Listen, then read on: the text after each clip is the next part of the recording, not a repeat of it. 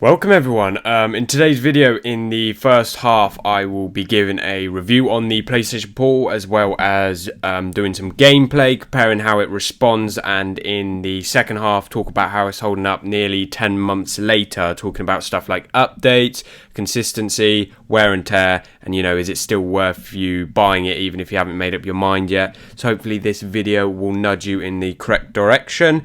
But without further ado, let's just jump straight into it. The PlayStation Portal provides an 8-inch LCD screen running at 1080p high definition. It allows your games to run at 60 FPS instead of the 120 that the PS5 can provide. So you're not getting the quite as, full immersiveness that the PS5 can provide. However, the screen still looks really solid. It's bright, contrast ratios are clean, vibrant, and just overall looks high quality. The screen has a glossy coating, meaning you're getting nice saturated colours as well as deeper blacks, even though this screen is not an OLED. So let's talk build wise. As you can see on the right, we have our classic PlayStation buttons as well as your right analog stick, a menu button and your mute button. Moving over to the left, you have your share button as well as the PlayStation home button, your D-pad and your left analog stick. On the back you have your adaptive triggers, your volume buttons, a speaker and your R1 button, and on the other side it mirrors that but with another speaker and a on button. And on the bottom, as you can see, we have a headphone jack and your USB-C charging port. As you can see, here is a comparison to my PS5 controller. As you can see, it's pretty much identical except for size, especially the analog sticks are much smaller on the Portal, yet it doesn't feel odd. And as you can tell, it's pretty much two full controller widths is the length and the size of it. On the screen now you will see a rough comparison of the Portal compared to my OLED monitor. I say rough comparison because I think the camera is definitely a bit more focused on the monitor than the Portal. However, it's a comparison for lag as well. The screen thickness is neither thin or thick, resulting in you not being able to smash it easily because it's so thin and fragile, yet not so thick that you don't get a nice modern looking build to it. The price comes in at around 200 Great British pounds and the same for American dollars, so quite fairly priced, but that depends on what you're looking for. That's obviously just my opinion. Connectivity wise, what's it like from different locations, and is there actually a limit on how far you can go? Is a quite commonly asked question. The simple answer is no. As long as your PlayStation 5 is powered and in rest mode or turned on, and you are connected to an internet service, you can connect up and play pretty much whichever games you desire. There has also been an update allowing you to connect to 5 GHz network, which is a great addition and one I'm actually very glad Sony did. It pretty much just allows for less interference and is less congested compared to the previous 2.4 GHz. Because you can connect via hotspot means in places where you don't have a network you can connect to, as long as you're getting a strong 5G signal with preferable full bars, your Portal should connect quite nicely and run smoothly. However, if your signal is weak on any occasion, the device will quickly lose response and can freeze for a long duration. Sony actually recommend a connection speed of at least 15 megabytes per second. However, it is not uncommon for your Portal to experience heavy pixel blur as well as your Portal freezing. For example, I can easily be connected, to my home internet with receiving a good amount of megabytes. If you're experiencing continuous connecting problems, there are a few solutions that can provide assistance. One is connecting your PS5 to an internet box via Ethernet cable. But, this is quite likely to be very insufficient for a lot of gamers, as then, you've got to move your PlayStation maybe away from the setup if you don't have an internet box in your room. Another way is match your PS5 settings to your Portal.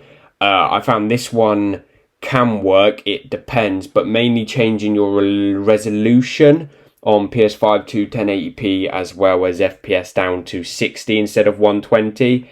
Just so you're trying to match the settings pretty much as you can.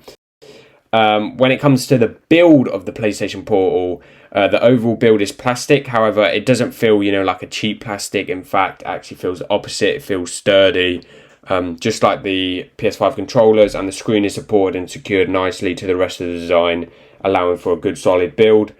In the box you will get your portal as well as a USB cable, which is for charging the PlayStation portal, and that's all. There's nothing else except your little menu guide, and that is it. The only other connectivity slot is a headphone jack located at the bottom of the device. The overall weight is sufficient at 1.1 pounds or 529 grams, which results in it being nice and lightweight, making, transporting it nice and easy, whether you wanted to take it when you're going down to see friends, whether you're just going on a plane, it's not going to be an inconvenience or nothing. However, it definitely doesn't feel flimsy and feels actually sturdy. The screen is well mounted and overall it's comfy to hold for long periods, so that's not a problem. Here's some gameplay of me battling Yin Tiger on Black Myth.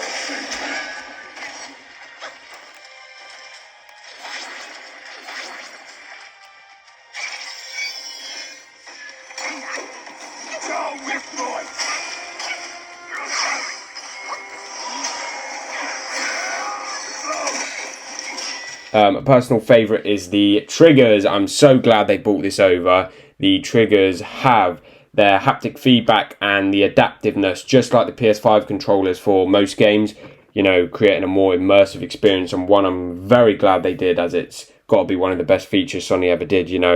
Like in certain games when you're pulling down the trigger, you can feel if you have a shotgun in hand, it feels stiffer, or if you're playing a racing game, it feels like you're actually like pressing down on a throttle. It's just brilliant. One of the best things they've ever done. Now, when it comes to speakers, overall, the speakers work really well. You're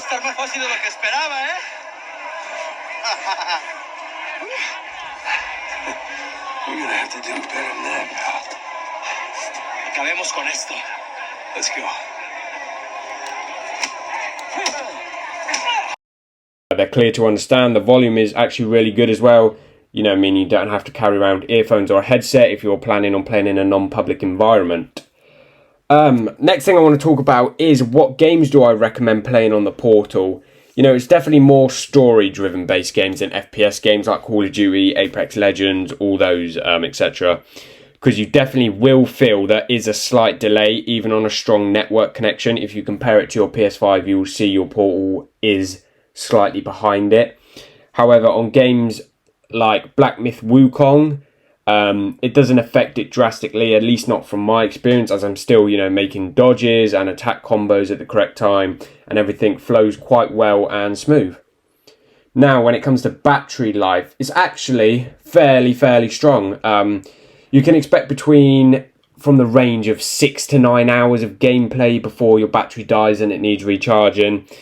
The battery life is much stronger than I thought it'd be, which is quite nice. However, it can depend on which settings you run, like having screen brightness up on max, can diminish your battery at a more rapid pace. For a full charge, it will take within the range of about a 2-hour period, give or take some. However, you can play it whilst it's charging and the battery will still go up and not stay at the same level or decrease. Take in mind, when you're buying one, you cannot access any media apps like Netflix or Amazon Prime, YouTube, whatever you want to do. It's only games you can play, and you also cannot stream games off your Portal. Now, why would you want to buy a PlayStation Portal? Now, I think it all depends on your playstyle, who you live with, and how often you'll use it. The main targeted audience is for people who can't always sit at their PS5 because maybe other people in your household are using, the TV or the monitor.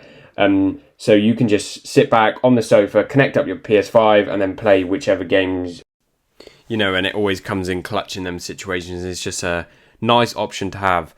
It always favours a person who has more digital games than physical copies, but this isn't a huge category. But You know, especially if you're traveling a lot and want to play multiple games, you will have to change the disc over. And if you're not at your PS5, you know, then there's your problem.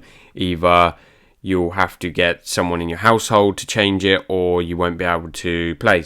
So yeah, it's just another thing to take into account. So now we have covered our review and we've done some gameplay. Now we're going to be talking about how's it performing 10 months later. You know, are there any noticeable defects? Overall, it's holding up very consistent. You know, Sony haven't just done the Portal and left it alone, giving it no attention or updates. They actually seem like they do care for this product. There have been updates like your standard performance and stability, which is always good, as well as the 5 gigahertz connect, which we spoke about earlier in the video. New useful additions like battery life percentage, which you can add in your settings so you'll not have to constantly wonder when your next charge bar will fall down. Another addition is better and more advanced visual feedback to the touchscreen areas, which just results in clearer feedback and better response time, which is always great. You know, I'm not a constant user of the Portal, however, I do play it on and off, and, you know, the condition has stayed solid. I do recommend buying a case, though, for it. There is, you know, lots of different ones you can choose from. Like, here's the one I use on Amazon. It's solid, it does its job, it keeps the Portal nice and steady, and, yeah, it just works sufficiently. Now, let's talk stick drift.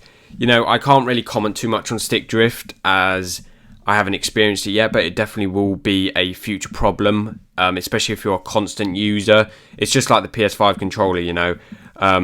Just like when you're a controller, you will likely get it eventually. However, taking apart the Portal and changing out the joysticks looks a bit more simple from a video I saw. But overall, you know, Sony have done well with just maintaining this product as well as listening to the users and audience. You know, so if you're someone who does love to game but doesn't always get to sit down at the setup all day because if you're busy, you're traveling, or, you know, you just don't get enough time and you just need to, you know, just want to get away from it for like 15 minutes, the Portal, you know, is likely to be a good choice and investment, you know, for the $200 mark. I definitely don't think it's overpriced for what it is. But yeah, that has been this video. I hope everyone has found this video somewhat sufficient. Any questions, just leave them down in the comments and I will respond to them. I do tech reviews on this channel as well as playthrough of video games. Do feel free to check out any of the other videos. Well, that has been it. Thank you to everyone who has watched. Take care, everyone, and have a good one.